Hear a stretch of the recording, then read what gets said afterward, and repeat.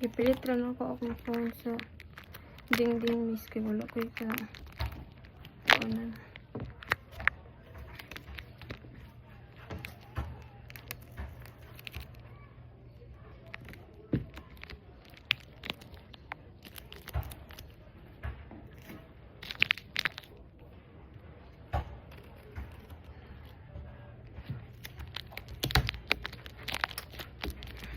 Siya ako mahulog pa.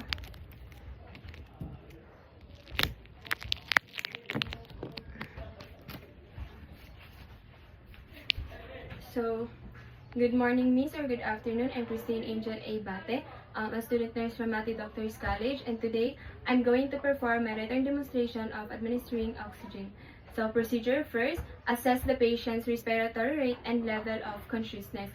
So, oxygen depletion would decrease respiratory rate and mental status and elevate partial oxygen carbon dioxide. And then, as if na po natapos na ako pag-assess ang patient, determine the current arterial blood gases if available, and post no smoking sign on the patient's door and in a view of patient and visitor. Kasi mostly oxygen supports combustion, there is always a fire when the oxygen is used. So, kaganihan napakita na po nako ang no smoking sign sa door sa patient and naapod na nakabutan dili gibutangan sa nako siya daya. So mas visible pa gid siya sa mga visitor pagsulod pa lang aware na sila. And then show the nasal cannula to the patient and explain the procedure. An explanation of procedure promotes comfort and reduce anxiety to the patient.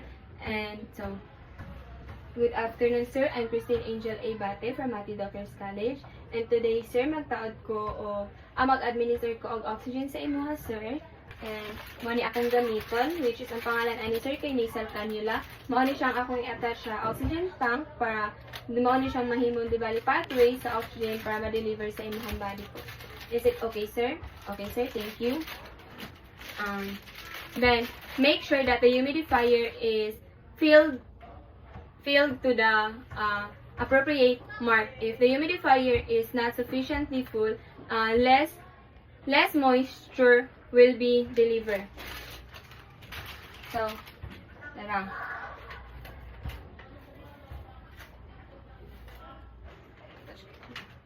Muna ang humidifier.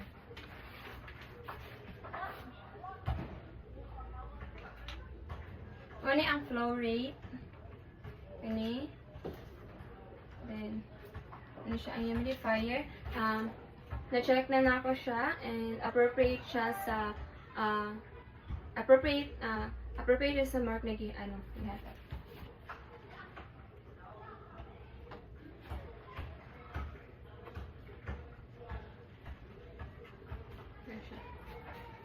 So, check the oxygen tank by turning on the regulator gauge to determine the amount of oxygen on it. So, check na po. Turn on. Ito siya ang regulator gauge. Turn on and i-check na po kung ang amount sa oxygen in it. So, okay, as if na-check na po na ako. So, tapos na. And then attach the connecting tube from the cannula to the humidifier outlet. Oxygen forced through water in humidifier to prevent dehydration on mucous membrane.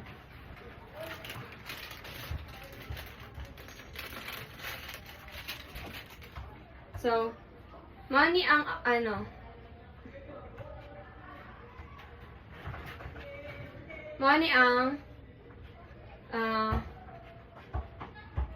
tube, connecting tube sa nasal cannula.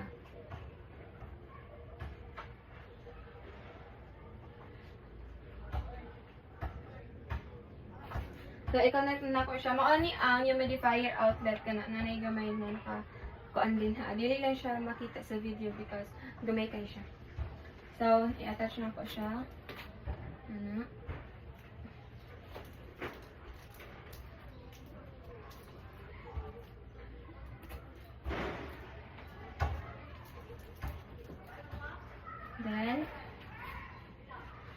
Then, Set the flow rate at the prescribed liters or minute. Fill to determine if the oxygen is flowing through the tips of the cannula. So approximately, oxygen concentration delivered by nasal cannula are ang 1 liter kay 24%, ang 2 liters kay 28%, and ang 3 liters is 32%, and the 5 liter is 40%. So, place the tip of the cannula on the patient's nose.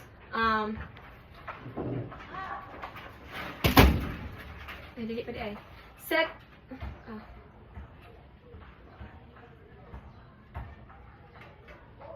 Place the tip of the cannula in the patient's nose, fasting tubing around client's head to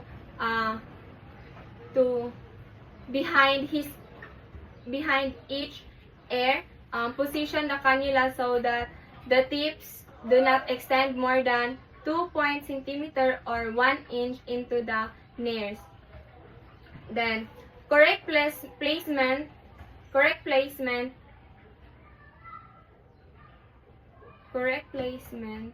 facilitates oxygen administration and comfort for the client.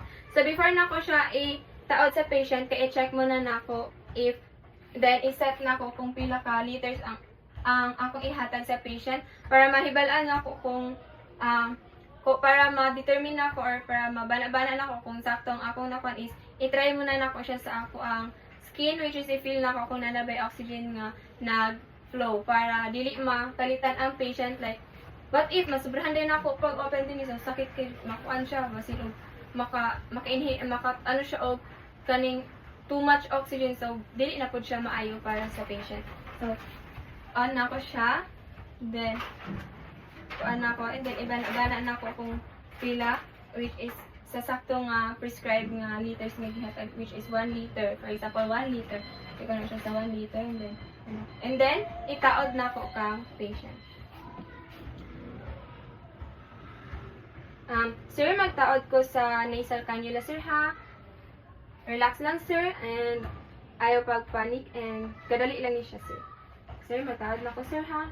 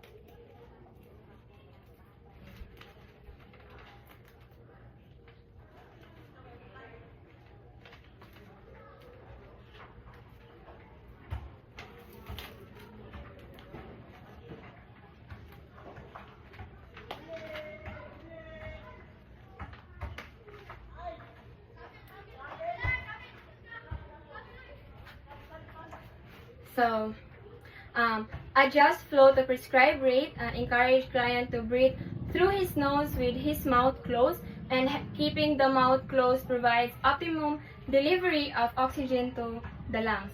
So, sir, ginhawa, sir, inhale na gamit ang ilong with imuhang baba i-close lang, sir. And then, i-adjust na ang flow. Adjust. Okay, sir, thank you. And determine the patient's comfort with oxygen use. Flow rate in excess of 41 minutes may lead to air swallowing and cause irritation to nasal pharyngeal mucosa if higher. And then, so, sir, okay na ba sa imuha? Okay lang ba sa imuha? Okay lang ba imuhang na-feel, sir? Wala ba kay mga discomfort na na-feel after na ito nabutang og na oxygen sa imuha? Okay, sir, thank you. And then record the flow rate used and patient's response. Concentrations are required. Consider an alternative form of therapy.